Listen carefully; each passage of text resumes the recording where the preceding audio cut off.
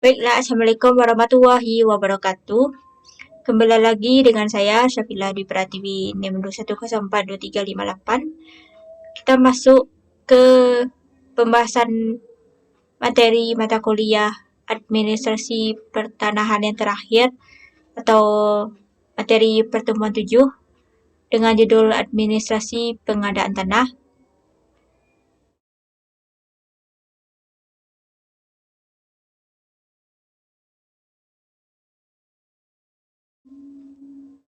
Langsung ke pembahasannya, yaitu definisi pengadaan tanah dalam ketentuan pasal 1 ayat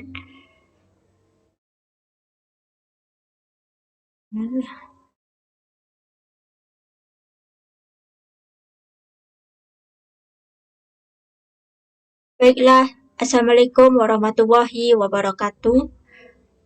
Kembali lagi dengan saya, Syafila Dwi Pratiwi dengan NIM 2104238. Dan sekarang sudah memasuki video yang terakhir, pembahasan terakhir terkait materi mata kuliah administrasi pertanahan dengan dosen pengampu Ibu Dr. Nora Ika Putri SIP MSI dengan judul administrasi pengadaan tanah. Kita langsung saja ke pembahasannya.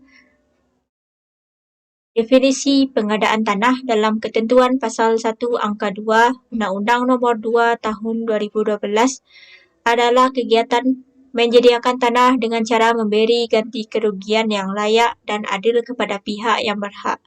Undang-Undang Nomor 2 Tahun 2012 Pasal 1 Ayat 2.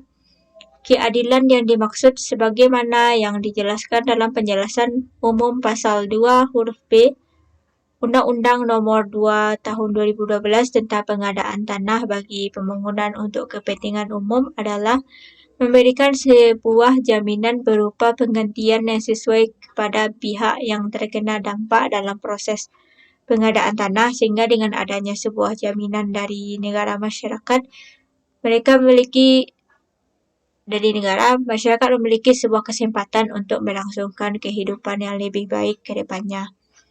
Dalam proses kegiatan pengadaan tanah yang dilakukan oleh negara melalui alatnya, yaitu pemerintah selalu memperhatikan prinsip penghormatan atas sebuah hak yang sah atas sebuah calon tanah yang akan dijadikan sebuah fasilitas bersifat umum. Oleh karena itu, perlu adanya sebuah pertimbangan dari semua aspek yang mana dalam pelaksanaannya menerapkan atau konsultasi publik atau musyawarah antara para perorangan yang sah sebagai pemilik atas tanah tersebut dengan pemerintah guna memperoleh sebuah kesepakatan. Dalam pelaksanaan pemberian ganti rugi bagi mereka yang berhak dan sah secara hukum akibat dari dampak pengadaan tanah demi kepentingan umum, seringkali prinsip keadilan dikesampingkan, yang mana dalam pelaksanaannya lebih mengutamakan prinsip kepastian dan kemanfaatan dari hukum itu sendiri, serta dalam memastikan keamanan atas sebuah tanah, maka perlu juga tertib administrasi yang digunakan guna menghindari permasalahan di kemudian hari.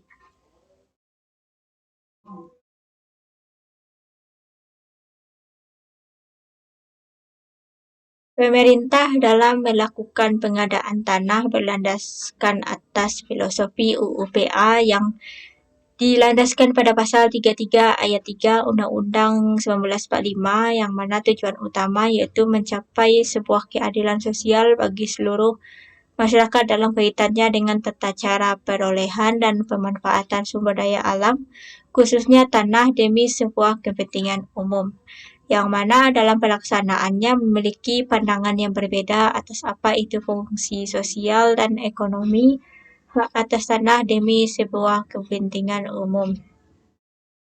Dalam perwujudan fungsi sosial dapat kita lihat dalam sebuah pelaksanaan pembangunan yang ada di setiap daerah, yang mana alasannya dalam pembangunan itu berupa kepentingan umum, di mana di sini pemilik hak atas tanah harus memberikan tanah mereka secara sukarela maupun dengan cara melakukan sebuah musyawarah, yang mana dari hal itu diharapkan memunculkan sebuah keadilan, yaitu berupa sebuah ganti rugi atas lepasnya hak seseorang atas penguasaan sebuah atas tanah tersebut demi untuk sebuah pembangunan. Di masa ini kebutuhan tanah sangatlah tinggi dikarenakan tanah merupakan aspek penting dalam terwujudnya sebuah pembangunan, yang mana hal ini meningkat guna terwujudnya sebuah perkembangan atas negara serta tercapainya sebuah kemakmuran masyarakat yang diimpikan. Akibat dari pembangunan ini, ketersediaan atas tanah yang dikuasai negara sangat minim. Di sisi lain, keinginan kemajuan serta perkembangan negara yang terus meningkat memunculkan sebuah peluang terjadinya perbuatan pengambilan tanah hak milik atau perorangan, yang mana ini merupakan sebuah opsi yang harus dilakukan demi terlaksananya pembangunan atas suatu daerah tertentu. Dari permasalahan di atas muncullah sebuah istilah pengadaan tanah. Ini menjadi pengganti dari istilah pembebasan tanah yang mendapat respon kurang positif di tengah-tengah masyarakat sehubungan dengan banyaknya permasalahan yang ditimbulkan dalam pelaksanaannya di lapangan, sekaligus bermaksud untuk menampung aspirasi berbagai kalangan dalam masyarakat sebagai reaksi terhadap eksis pembebasan tanah yang selama ini terjadi.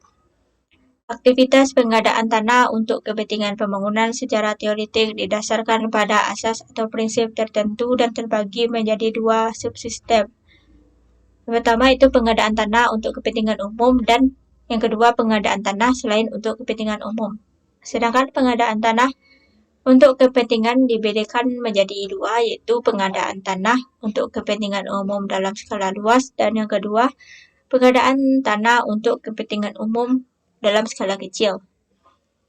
Inti dari pengadaan tanah yaitu suatu kegiatan yang dilakukan oleh negara yang bertujuan untuk memastikan ketersediaan lahan yang dikelola guna mewujudkan pembangunan yang bersifat umum dengan tata cara yang telah diatur oleh perundang-undangan dan peraturan pelaksana lainnya, yang mana berupa sebuah pelepasan hak menguasai atas bidang tanah atau penyerahan secara sukarela dengan diberikan sebuah ganti rugi sebagai bentuk pertanggungjawaban dari negara atas lahan tanah yang akan dikuasai sesuai aturan yang telah ditetapkan.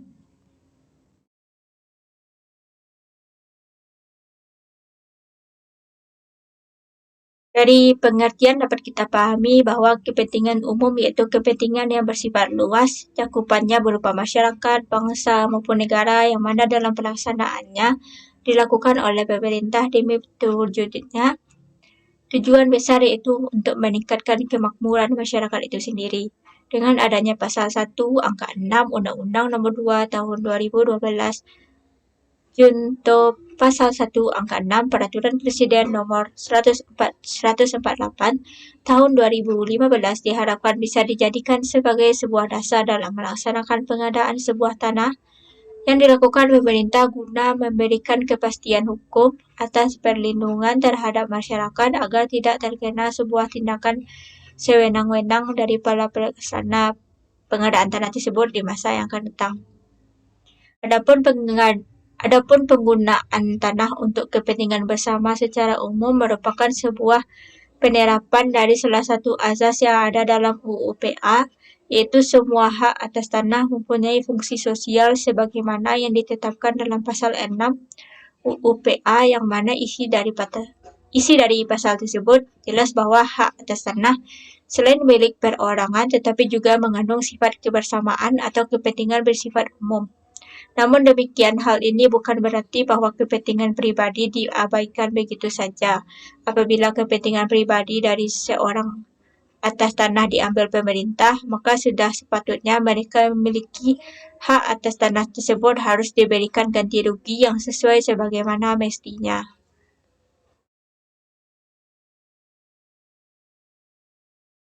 Ganti rugi dalam sebuah pelaksanaan pengadaan tanah adalah sebuah tindakan yang dilakukan pemerintah dalam memberikan pengganti atas timbulnya kerugian yang diderita oleh pemegang atas sebuah tanah akibat dari terjadinya sebuah tindakan peralihan hak atas penguasaan tanah tersebut.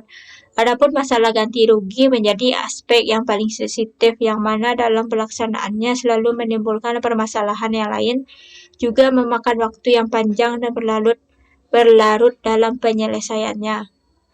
Peraturan Presiden Nomor 71 Tahun 2012 Pasal 63 Ayat 1 menyatakan bahwa penetapan besarnya nilai ganti kerugian dilakukan oleh Ketua Pelaksana Pengadaan Tanah berdasarkan hasil penilaian jasa penilai atau penilai publik. Dari aturan ini dijelaskan bahwa dalam menjalankan pengadaan tanah harus melalui proses musyawarah yang mana ini dilakukan secara langsung dengan pihak yang berhak dengan jangka waktu 30 hari kerja sejak hasil penilaian keluar dari pihak penilai. Adapun hasil kesepakatan dalam sebuah musyawarah merupakan dasar acuan atas besar kecilnya pemberian ganti rugi yang akan diterima masyarakat guna sebagai bentuk tanggung jawab pemerintah kepada warga negaranya. Adapun bentuk ganti rugi yang akan diterima masyarakat bervariasi tergantung dari kesepakatan semua pihak, baik berupa uang, tanah pengganti, hunian lain, pemilikan atas saham, ataupun bentuk-bentuk lain yang disepakati selama tidak bertentangan dengan aturan yang ada.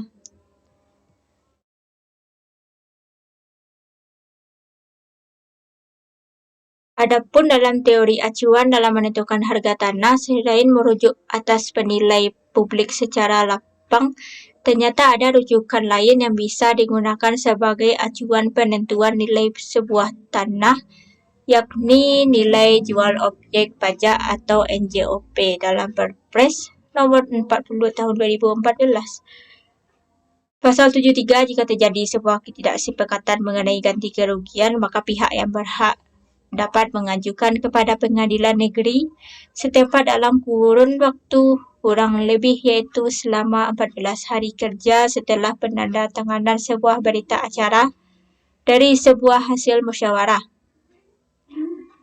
Pada saat memberikan sebuah ganti rugi, ada beberapa orang yang berhak untuk menerima iaitu A. Mereka yang telah melepaskan penguasaan tanah baik secara fisik maupun yuridis. B. Menyerahkan bukti kepemilikan atas objek bidang tanah kepada sebuah lembaga atau pemerintah yang membutuhkan tanah tersebut melalui sebuah cara pengadaan tanah. Adapun orang yang menerima sebuah ganti rugi yang diberikan wajib bertanggungjawab atas sebuah kebenaran atas bukti penguasaan dan kepemilikan yang diserahkan kepada pihak yang membutuhkan. Sehingga apabila muncul sebuah masalah dari pihak lain atas sebuah objek tanah yang telah diberikan kepada institusi yang memerlukan tanah, menjadi sebuah tanggungjawab pihak yang telah memperoleh ganti rugi tersebut. Setiap orang yang telah menerima sebuah ganti kerugian dan ia tidak mahu mempertanggungjawabkan kebenaran dan dan atas bukti penguasaan yang telah diberikan kepada sebuah instansi memerlukan tanah, maka orang tersebut bisa dikenakan sanksi baik secara tindak pidana maupun sebuah pelanggaran dalam hal perdata. Dengan demikian, dalam sebuah aktivitas pengadaan atas sebuah tanah untuk perkembangan dan pembangunan negara, terdapat dua hal yang menjadi sebuah pertimbangan, yaitu yang pertama, tujuan dalam pengadaan harus demi sebuah kepentingan yang bersifat umum, dan yang kedua harus melalui sebuah musyawarah yang bisa menghasilkan sebuah kesepakatan antara semua pihak yang bersangkutan, yang mana dalam hal ini harus didasarkan pada akal sehat serta hati nurani yang baik serta menjunjung tinggi sebuah keadilan yang mana dalam penerapannya dituangkan atas semangat kebersamaan demi kemajuan wilayah tersebut tanpa ada sebuah unsur intimidasi maupun paksaan dari pihak manapun. Dalam pelaksanaan Undang-Undang Nomor 2 Tahun 2012 tentang pengadaan tanah bagi pembangunan untuk kepentingan umum dilakukan melalui 4 tahapan sebagai berikut. Pertama, tahap perencanaan. Pada Pasal 15 Undang-Undang Nomor 2 Tahun 2012, perencanaan pengadaan tanah disusun dalam bentuk dokumen perencanaan pengadaan tanah yang memuat maksud dan tujuan rencana pembangunan kesesuaian dengan RT atau RW baik di tingkat provinsi maupun kabupaten atau kota dan pembangunan kesesuaian dan prioritas pembangunan. Letak tanah yang menguraikan wilayah administrasi, luas tanah yang dibutuhkan, gambaran umum status tanah dan penguasaannya, perkiraan jangka waktu pelaksanaan pengadaan tanah, perkiraan jangka waktu pelaksanaan pembangunan, perkiraan nilai tanah yang menguraikan nilai ganti kerugian objek pengadaan tanah serta rencana penganggaran. Dokumen-dokumen tersebut dibuat oleh instansi yang memerlukan tanah berdasarkan studi kelayakan, baru kemudian diserahkan kepada pemerintah daerah provinsi. Yang kedua, tahap persiapan.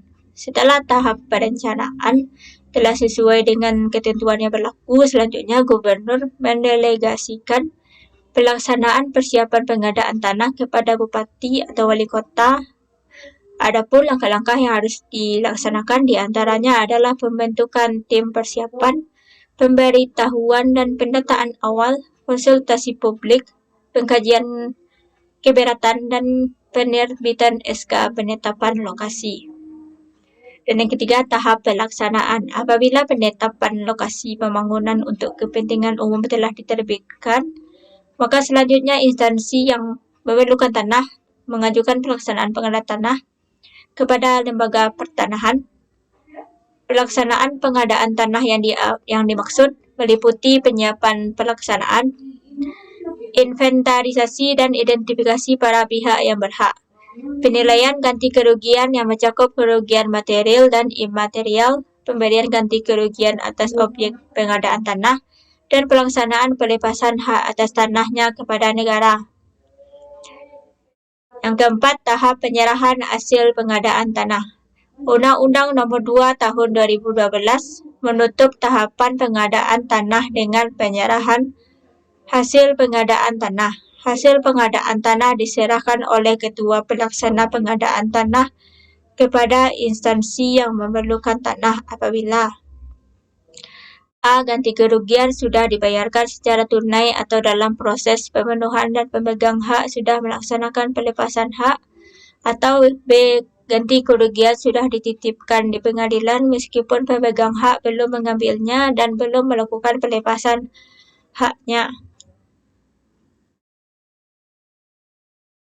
Selanjutnya, macam kegiatan pembangunan untuk kepentingan umum. Undang-Undang Nomor 2 Tahun 2012 pembangunan untuk kepentingan umum meliputi pertanahan dan keamanan nasional, jalan umum, jalan tol, terowongan, jalur kereta api, stasiun kereta api, dan fasilitas operasi kereta api. Kemudian waduk, bendungan, bendung, irigasi, saluran air minum, saluran pembuangan air, dan sanitasi dan bangunan pengairan lainnya. Yang dimaksud dengan bendungan adalah bangunan yang berupa urukan tanah, urukan batu, beton, dan atau pemasangan batau yang dibangun selain untuk menahan dan menampung air, juga untuk menahan dan menampung limbah tambang atau tiling atau lumpur sehingga berbentuk aduk. Sedangkan yang dimaksud dengan bending adalah tanggul untuk menahan air di sungai, tepi laut, dan sebagainya.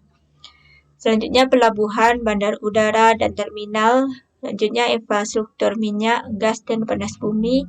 Selanjutnya pembangkit transmisi, gardu, jaringan, dan distribusi tenaga listrik.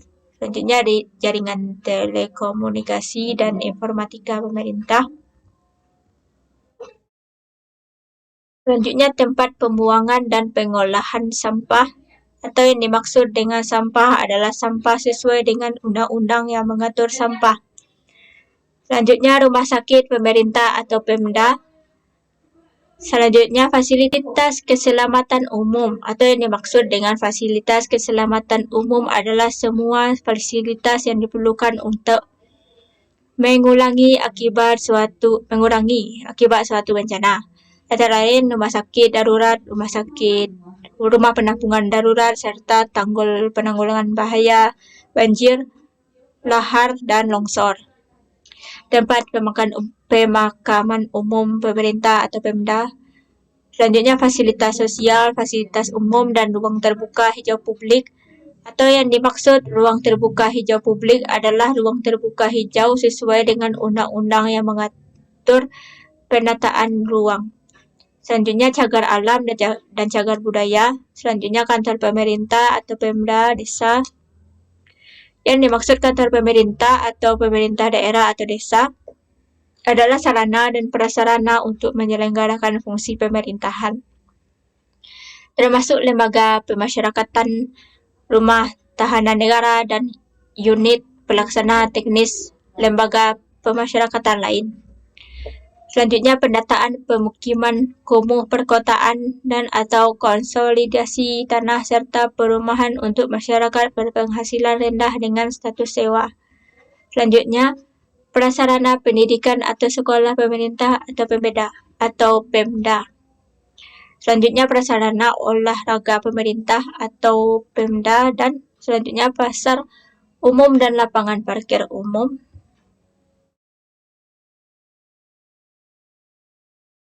Selanjutnya sumber dana pengadaan tanah. Yang pertama itu sumber dana pengadaan tanah bagi pembangunan untuk kepentingan umum berasal dari APBN dan atau APBD. Kemudian dalam hal instansi adalah BUMN atau BUMD dengan penugasan sumber dana berasal dari internal perusahaan atau sumber lainnya sesuai ketentuan peraturan perundang-undangan. Yang ketiga yaitu jaminan ketersediaan pendanaan pengadaan tanah dialokasikan oleh instansi sesuai dengan ketentuan peraturan perundang-undangan. Yang keempat, pengadaan tanah meliputi yang pertama perencanaan, persiapan, pelaksanaan, penyerahan hasil, administrasi dan pengelolaan dan sosialisasi.